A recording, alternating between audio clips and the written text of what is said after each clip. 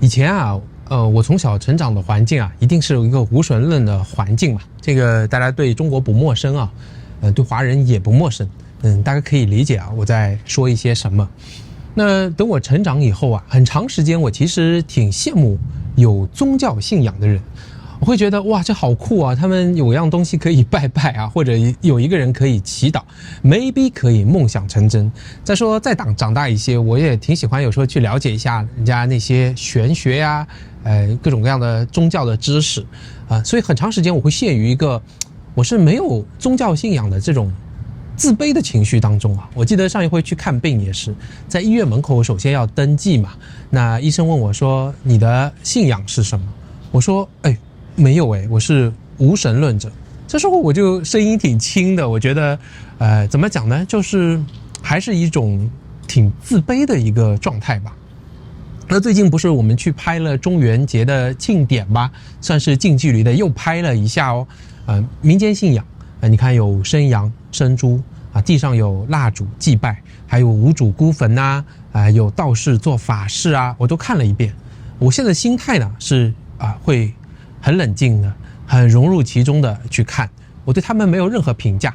就我们看宗教啊，就像看这个科学，我觉得是一样的，都是自己不怎么懂，有一点点了解的东西。那么我看了视频下面的评论，有不少人可能是有大马人，也有中国人啊。中国人当然了，跟我一样嘛，我们从小生活在无神论的环境之中啊。那大马人，我觉得有可能是一些进步的吧，比较左派吧，他也会觉得这个是迷信活动，怎能够得到提倡呢？怎能够还要去宣传呢？对吧？不难理解啊。我太太好像在看那个王庚武的回忆录啊，有提到他们家也是无神论者，特别不喜欢做各种各样的这种宗教活动。怎么看这样的事情啊？你说那大马是迷信吗？我记得还有一个观众特别好玩啊，我应该没有去怼他吧？他是说，这是不是就是马来落后的原因啊？到现在还信宗教对，我是这么讲的。我说你可知美国也有宗教啊？怎么来看呢？我是这样想的，我们要跳脱用科学的思维去判断宗教。这个世界有我们很难理解的事情。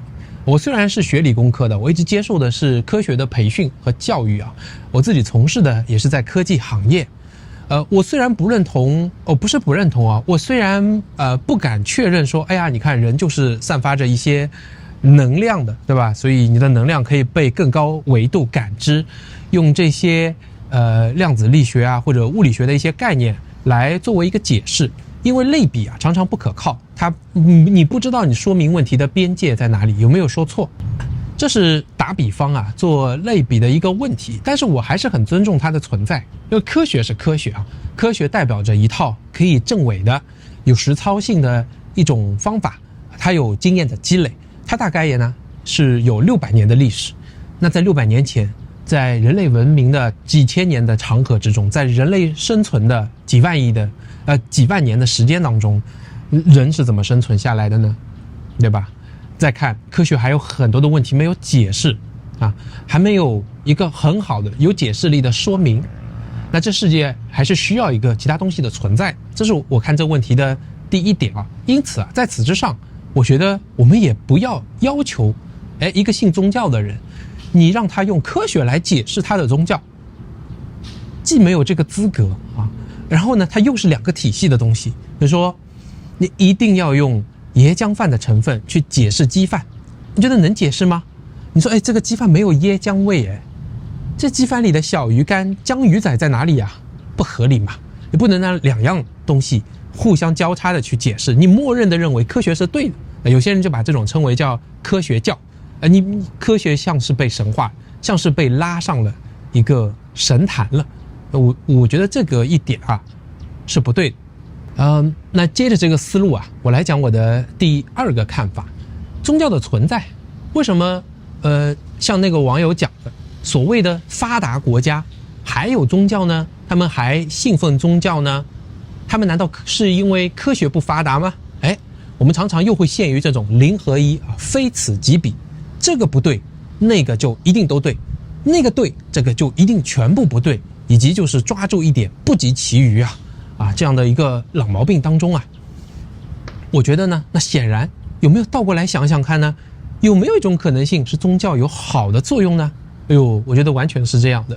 尤其是到了大马，我不是一直在研究啊，马来西亚人为何善良吗？啊，善良其实是要有很多的那种容忍，很多的个人和公共的空间。那我想知道啊，个人的空间和这项人与人、种族与种族之间的容忍来自于哪里呢？当然有可能是来自于政府的福利政策，来自于家庭的教育、社区的文化。很重要的一点就是多元宗教，宗教以及多元宗教啊，因为它的存在，它会使得大家的容忍变多，导致人呢会变得更加的善良。这些都有社会学的支撑啊，称之为叫社会资本啊，社会资本就会比较高，那大家就会更显得善良。我们进一步来看的话呢，我发现呢，因为宗教啊，它基本上是解决一个生死问题，所以它会教你在现世呢，会要有良好的品行啊，绝大部分都是这样的，也都是关乎这些点的。从这个角度来看，那么它对整个社会的作用就不得了，不亚于科学，是吧？有了这样的宗教，从你出生开始，对不对？到你死去，到你来生来世啊，你经过的生病啊，什么结婚啊、上学啊，你的各种各样大的事情、重要的生日啊、重要的节假日啊，他都参与在这些活动当中，以一种不断的教化你，不断的用礼仪的、用宗教礼节的形式来告诉你该做什么、不该做什么，然后一辈一辈的传送着那些教人向善的信条。你想想看，它是不是有作用？如果说呢，科学是一个社会的油门，或者现在是电车，那就是电门啊，把它的技术向前快速的发展。但技术不解决所有的问题啊，有技术有高超的发展，也可能会带来大量的社会问题，效率提升了，公平和公正未必会提升，是吧？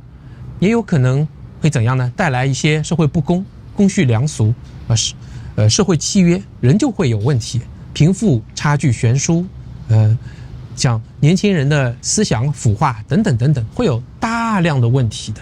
那宗教相对这个刹车来，相对这个油门来讲啊，觉得宗教啊就是一个社会的什么刹车，它会告诉这个社会什么时候该停一下，避免危险，这是宗教的作用。再进一步，我得出的第三个想法和结论呢，就是没有宗教信仰对个人来讲啊，其实没有什么。很多人比较有进步的思想啊，也是 OK 的啦，那当然是好事啊。从某种程度上吧，像我从小接受的教育没有，我也不能强迫自己，我也无法再去信任何一种宗教或者是信仰。目前来看是这样，除非人生有大彻大悟和痛彻心扉的损失啊，有可能才会改变，那是很有可能吧。不过呢，我觉得对个体啊没关系啊，有没有都可以。我觉得对一个社会来讲啊，这是我们的第二点，还是要有比较好啊，有一个宗教信仰才是比较好。这是我对有宗教信仰的3点看法。那么回到我们开头的问题，你说大马有迷信吗？这是一种迷信活动吗？首先我觉得这个说法就挺有问题的。什么叫迷信？就是你觉得你的想法，你的信仰是对的，别人的是错误的，是个迷，是乱的，所以才叫迷信，对吗？我们从小也一直被教导啊，不要从事什么封建迷信活动。封建是一种过时啊，是一个较老的一个传统。迷信是什么呢？我们被教导的是迷信就是做各种各样的宗教仪式活动，这是其一。第二呢，它会带来的危害是什么？它会带来的危害呢，是有些人会借此敛财骗钱或者不给人好好的医治等等。宗教当中自然有其糟粕的部分但是就除了这一些点的话，什么叫迷信？我觉得这个迷信的说法就挺不公平。别人的信仰，别人做的这些法事合情合法合理，就说是迷信吗？就这样的一个贬义词吗？我觉得这个说法首先就不成立了。OK， 那今天呢，还是来讲一讲生活在大马的这些感想，从宗教的3个想法，然后我想要强调的呢，还是有宗教信仰对整个社会有好处对营造一个善良的人民群体都是有帮助。下回再聊。